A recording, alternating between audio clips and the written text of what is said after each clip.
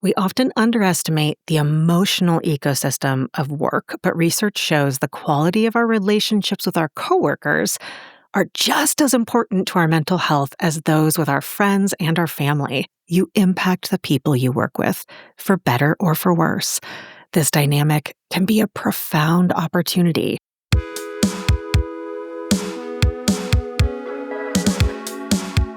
Good morning. I'm Michael Kovnat, and this is the Next Big Idea Daily, where we bring you key insights from some of today's smartest nonfiction. Now, if work has ever left you feeling drained, depleted, or just done, you're not alone, and you're not the problem. Today, we're hearing from Meghan French Dunbar, a leadership expert and serial entrepreneur who says the way we work isn't just outdated, it's dangerous.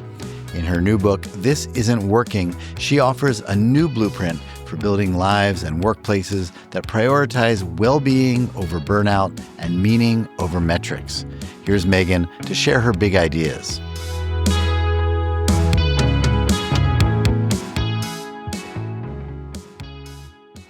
Hi there, I'm Meghan French Dunbar, author of This Isn't Working, and I'm delighted to be here with you today.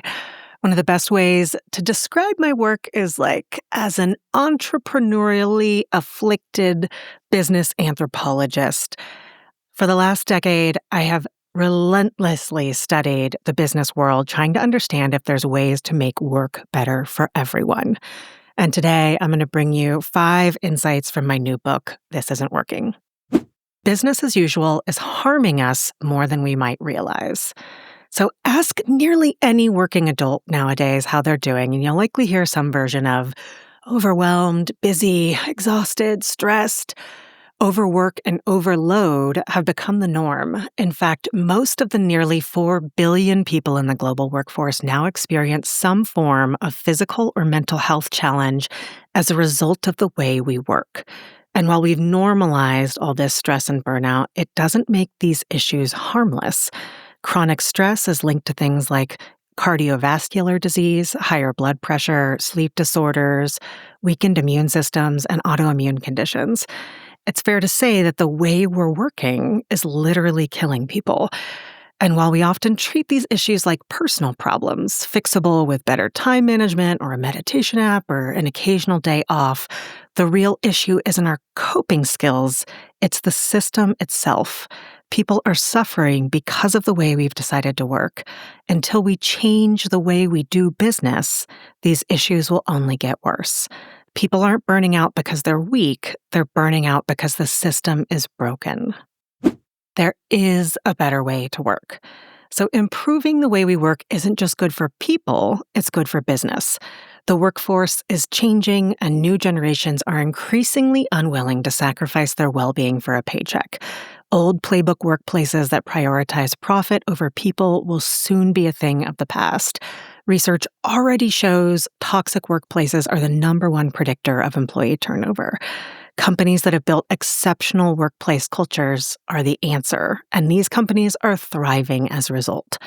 One such company is Tarani Syrups. For over 30 years, CEO Melanie Delbecco has rejected hustle culture and built a company rooted in autonomy, collaboration, and building opportunity for everyone on their team. The results?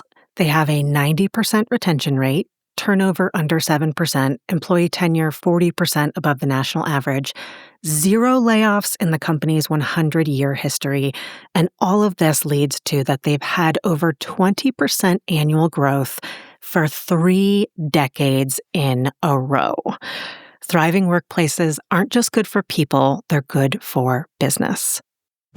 The success myth might be making you miserable. So many high achievers have followed the traditional success playbook, chasing titles, hitting targets, overproducing, and research shows this version of success rooted in extrinsic motivation is both unsustainable and unfulfilling. Through hundreds of interviews with thriving leaders, the ones that I've found who are both successful professionally and deeply content, they all define success differently than the norm. They focus on intrinsic motivators like having purpose, continual learning, and optimizing their quality of life, rather than tying their self-worth and idea of success to extrinsic factors like status or salary. True flourishing comes when we stop chasing all of the external validation and start defining success based on our intrinsic motivations. Your everyday actions matter more than you know. We often underestimate the emotional ecosystem of work, but research shows the quality of our relationships with our coworkers are just as important to our mental health as those with our friends and our family. You impact the people you work with, for better or for worse. This dynamic can be a profound opportunity. Every day, you have the micro agency to build a better workplace. Lead with presence and authenticity. Set healthy boundaries. Speak your truth with clarity and grace. You model to others how they should treat you and how they should treat each other. So be intentional every day about how you show up. All systems will break eventually, including yours. Overwork, hustle, self-sacrifice, never taking time off. These behaviors might bring short-term results or make you feel successful, but they always come at a cost. Trust me. All systems have limits, including yours. You can either ignore your limits, sacrifice yourself, and ignore your well-being until you eventually break down and are forced to change, or you can prioritize your well-being along the way and optimize your best leadership and sustain it over the long term. And I can tell you from experience, the latter is a much healthier, happier, and more effective way to go.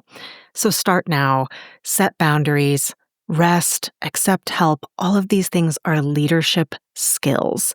The best way to optimize your performance and your leadership is actually by prioritizing your well-being. Thank you, Meghan.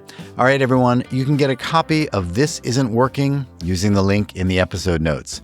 That's our show for today. If you got something out of it, please leave us a rating or review in your podcast player.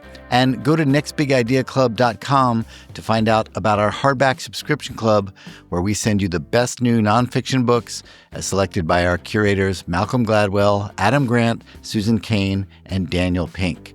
Check it out at nextbigideaclub.com and use the code DAILY for a 20% discount.